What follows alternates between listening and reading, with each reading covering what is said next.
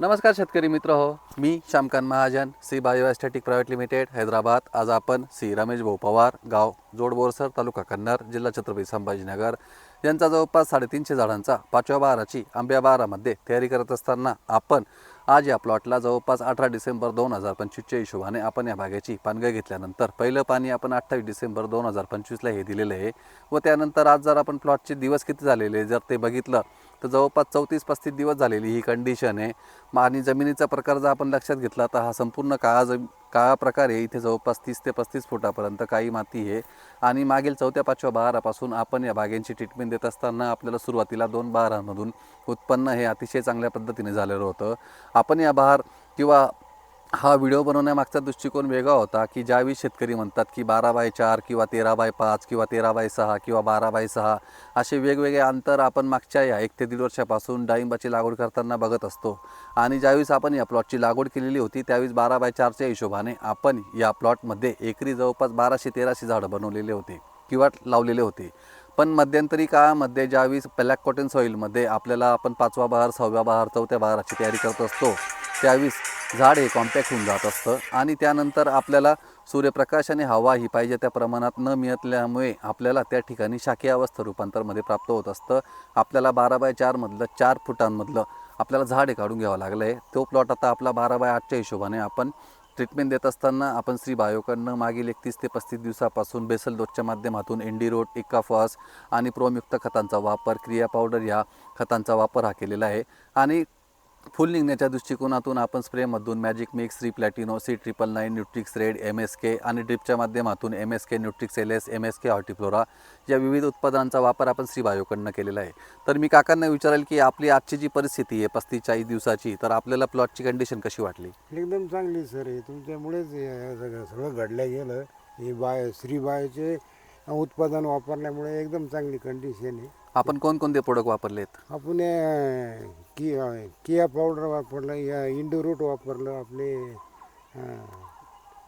आपण जर सध्या आपण परिस्थिती जर बघितली मागील 8 ते 10 दिवसापासून आपल्या पंचकृषीमध्ये खास करून म्हणजे संपूर्ण महाराष्ट्रामध्ये ढगाळ वातावरणामध्ये किंवा क्लाउडी ॲटमॉस्फिअर असल्यामुळे आपल्याकडे आर्द्रतेचं प्रमाण हे मोठ्या प्रमाणामध्ये वाढलेलं आहे आणि त्यावेळेस डाळिंब बागायतदार आपण पाण्याचं नियोजन करणं हे गरजेचं आहे.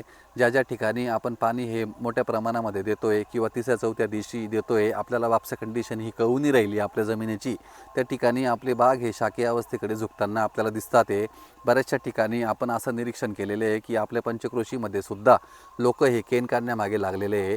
केन कोणीही काढू नये. ज्या ठिकाणी पोटामध्ये केन झालेली आहे त्या ठिकाणची केन आपण ही संपूर्ण काढून घ्यावी. जर आपण या बागेची जर परिस्थिती बघितली तर आपण बघू शकतात की ब्लॅक कॉटन सॉईलमध्ये आपण केन न काढता सुद्धा प्रत्येक चौकीमध्ये गर्भधारणा ही निर्मिती करून आणलेली आहे. याला म्हणतो आपण गर्भधारणा तयार करणे.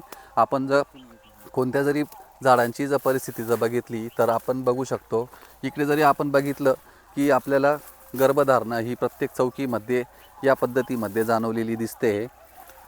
तर मी शेतकरी बांधवांना व डाळिंब उत्पादकांना सूचित करेल की आपण श्री बायोच्या माध्यमातून विविध उत्पादनांचा वापर वेळापत्रकानुसार आणि स्टेजच्या हिशोबाने जर कराल, वापसा कंडिशन आपण जर लक्षात घेतलं, खत व्यवस्थापन आपल्या टायमावरती असलं तर नक्की आपल्याला फुलधारणा ही चांगल्या पद्धतीने होईल. सध्या फुल निर्मितीसाठी म्हणा किंवा फुलासाठी खूप स्पर्धा निर्माण झालेली आपल्याला दिसते. चालू वर्षी ढगाळ वातावरण असल्यामुळे आपल्याला त्या ठिकाणी फुलांची संख्या ही कमी जाणवते. पण वेट आणि वॉच कंडिशनमध्ये योग्य उत्पादनांचा योग्य वेळेस योग्य स्टेजला जर वापर केला तर नक्की आपल्याला फुलधारणा म्हणा, सेटिंग म्हणा किंवा जो माल आपल्याला असायला हवा झाडाच्या कॅनोपीच्या हिशोबाने 30 किलो, 40 किलो, 50 किलो त्या हिशोबाने आपण झाडाची सेटिंग ही करू शकतो. आणि अशा वेळेस आपण जैविक बुरशीनाशके आणि जैविक कीटकनाशकांचा सुद्धा वापर हा केला पाहिजे. मधमाशी संगोपन करणं आपल्याला खूप गरजेचं आहे. अशा वेळेस आपण कडक कीटकनाशकांचा वापर करू नये. तर सांगायचा दृष्टिकोन हा होता की ज्या ठिकाणी आपल्याला असं जाणवते की आपला प्लॉट हा आघाडीवर चाललेला आहे तर अशा वेळेस आपण 05234, 04040, Shri प्लॅटिनो, C999, Nutrix red, MSK अशा उत्पादनांचा वापर केला तर नक्की आपल्याला केन ही थांबलेली दिसेल आणि शाखेचं रूपांतर आपल्याला लैंगिक अवस्थेमध्ये दिसेल. एवढेच मी शेतकरी बांधवांना सूचित करेन. आभारी.